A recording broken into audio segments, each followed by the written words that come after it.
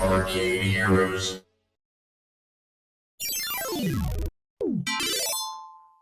Greetings, it's Adam with ArcadeHeroes.com, and we've got more IAAPA news, more game release news to share with you. Right on ArcadeHeroes.com are a couple of stories. First, quick one is Fury VR Solo is debuting at IAAPA 2022. This is it's branded as an unattended VR attraction, which can have different games installed into it, but with the artwork, they have their Football Frenzy game that's going to be there. They'll be at the Creative Works booth. It's one of the very few football video games in modern arcade times. I think I did a video about this particular game announcement some videos ago. But this will also support other VR Studios games, such as Hoops Madness, which is a basketball version. But the one that we're going to spend most of our time on for this video is the preview that I just posted about ExA-Arcadia. And if you're not familiar with ExA-Arcadia, then I've spoken about them many times before. I've done many videos on them, as they've released almost 31 games to the market at this point, and all arcade games, all available worldwide.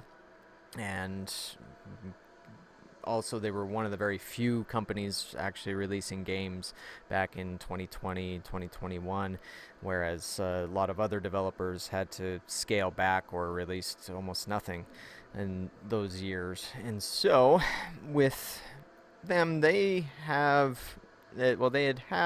some cabinets done in the United States where they were working with a cabinet manufacturer called Fung Company. And now they have a new USA-based factory where they have developed this more traditional-looking arcade cabinet. The ones that were done with Fun Company use what is often called a showcase style, where the monitor isn't attached to the cabinet itself. It sits on a pole that the TV's mounted to that. You could use different sizes, and then you just have the control panel in front. Now, ExA-Arcadia did do a little bit more with the design than your typical showcase cabinet. Like at my own arcade here, I do happen to have one of the what they call Funglow cabinets, where the only thing different about the one that I have is the artwork on the top. But I have one of the official Fun Company showcase cabinets at my other location, and this one does look nicer, sleeker than the one that I have at the location where I'm standing at now. But to replace those, essentially, you have this new Arc 1 cabinet, and so this features a 32-inch 1080p display, and you can see the stereo speakers up top there, and then it is able to you're able to switch out the control panel quite easily. And so it'll have a 1-player, 2-player, and 4-player control panel that can be used, but also the operator, it takes just a few minutes according to ExA-Arcadia, can take the monitor itself and change it from horizontal orientation to vertical orientation. So if you want the cabinet to be focused on one of the vertical games, one of the shoot 'em ups like the Dodonpachi True Death EXA label, or the Acarios EXA, or many of the other shoot 'em ups that are vertical based. I mean, these games will have horizontal modes as well, but obviously in those particular situations it's better to have a vertical monitor, and then you can do that. Or maybe since the system still supports multiple cartridges, 4 at a time, you could always say one day it's set just to the vertical shoot 'em ups, and then the next day it's set to horizontal games, something like that. It doesn't take a lot of time to switch out. But yeah, this is what's going to be at IAAPA, and they're going to have 16 of these available to play, so that it will keep their booth, probably busy. Another thing about this is that, as I mentioned in the article here, is that the pricing is well under $10,000. I did hear a price, but I'm not going to share that because they are bringing on new distributors, and with those distributors, they want to have their own pricing and they don't want to be locked into something that some guy on YouTube said. But either way, this is one of the most affordable cabinets on the arcade market today. And the only other company that comes close at the moment would be Incredible Technologies with stuff like Golden Tee and Retro Raccoons. And I guess you could say things like Polycade as well, though I'm not sure what their pricing is on that. But either way, if you're looking for something that's under $10,000, which is rare at the moment given inflation and production issues and all that, this is definitely the way to go. And I think this also tackles some of the criticisms that people had over the showcase cabinet designs as well, and just not liking how those looked. Again, this looks like a traditional arcade cabinet and has your traditional button sets here. I'm not sure if those are Sanwa based or not. I just realized I probably should have asked on that one in particular.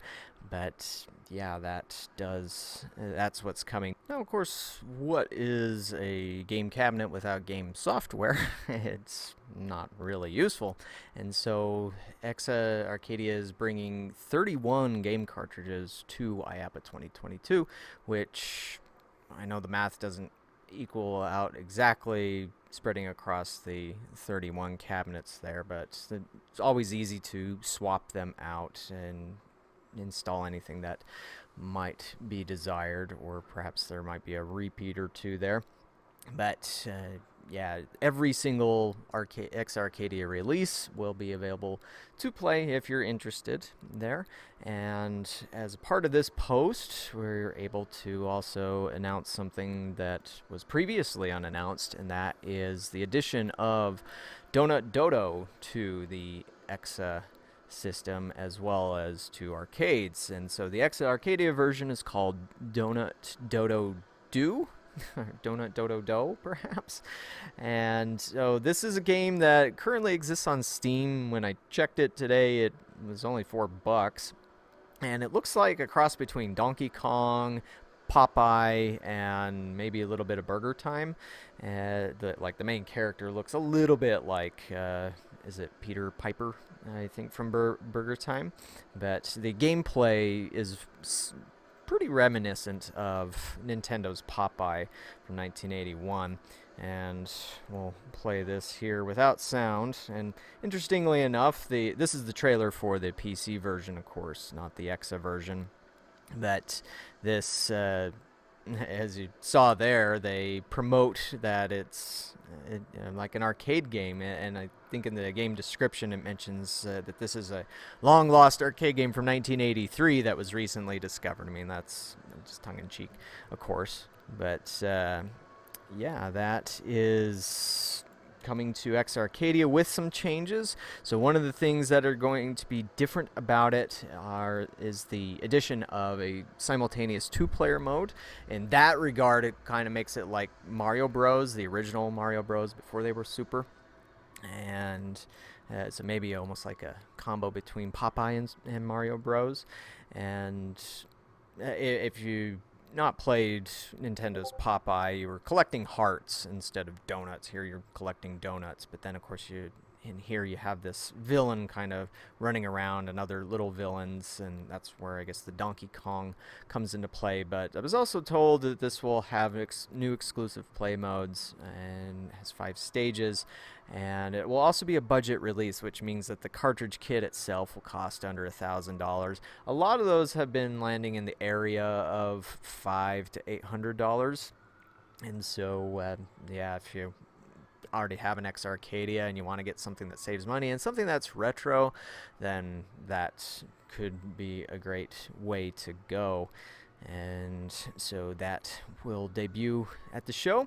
You'll also be able to play Arcana Heart 3 Extend or I think the full name is Arcana Heart 3 Love Max 6 stars extend. And so this one was unveiled a while back. I can't remember exactly when. Yeah, this trailer didn't really show gameplay as I recall. It was just showing that Team Arcana was joining the EXA roster. But this will be the definitive version, the ultimate version of Arcana Heart 3. And it will be only available on the ExA-Arcadia. Not really sure what changes are going to be present with it, other than one can assume their low input lag or super low input lag technology with with the strides that they've been making there. And then, one that I was also happy to see on the list is the new Jitsu Squad. And so, you might recall from 2021, early 2021, this announcement from an indie game developer where they did a Kickstarter and they were going to bring this beat 'em up to various platforms, game consoles, and all that. But as a part of that, they mentioned that they were doing an ExA-Arcadia version. Now, nothing has been said about the ExA-Arcadia version. Looking at their Twitter, they've only been focused on talking about the PC and console versions.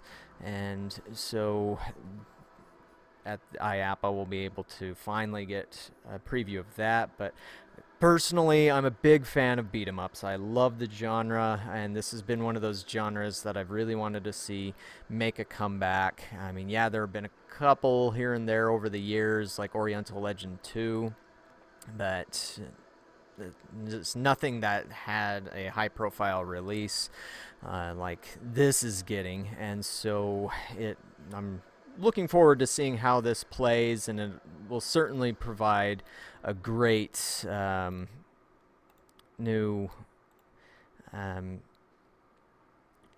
game title for especially for the 4-player part of the EXA, because with the 4-player cabinets, as I mentioned, one of them that I have is a 4-player cabinet, but the only 4-player game that I have on there right now is Nippon Marathon Turbo.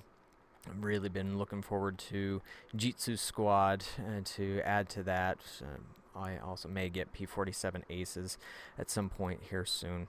And then another new one that'll be available for the first time to play on ExA-Arcadia is Shino Ruby Pink Label, which is a scrolling shoot 'em up.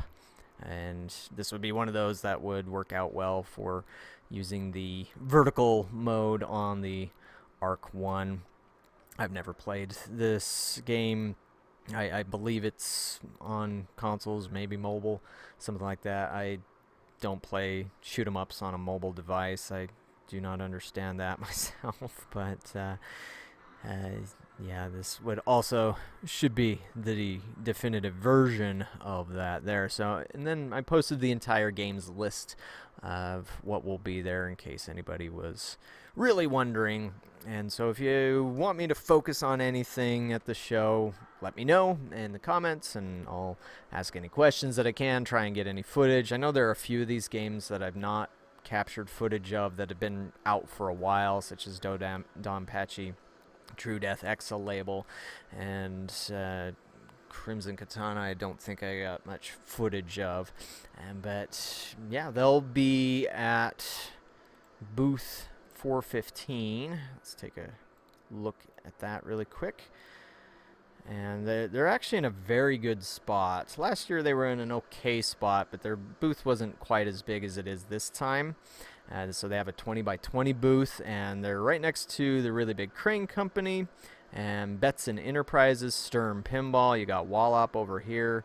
American Changer has a very large booth, surprisingly. Usually they have a much smaller one, kind of like this size. So I'm surprised by that, but you know, being next to Rothrills and Stern is very good visibility, exposure, and all that. And so I'll soon be doing a video where I'll go through the entire map and preview everybody what we know as to what they're bringing. So I'll do that closer to IAAPA, as there's still plenty of announcements to come along, but that's where you'll find them with their 16 cabinets. But yeah, let me know what you think about this. I know one thing that they've also mentioned to me that I put here is that financing options will be available, so that if you can't afford to buy a cabinet cash in hand, then you can do some financing on that one. And so this will again allow more flexibility, more options, and this will be great for street operations that want to offer some more hardcore video games, or anybody out there that is like me and trying to offer something a little more core for players than the casual stuff. But yeah, let me know what you think about this one, and we'll catch you on the next video.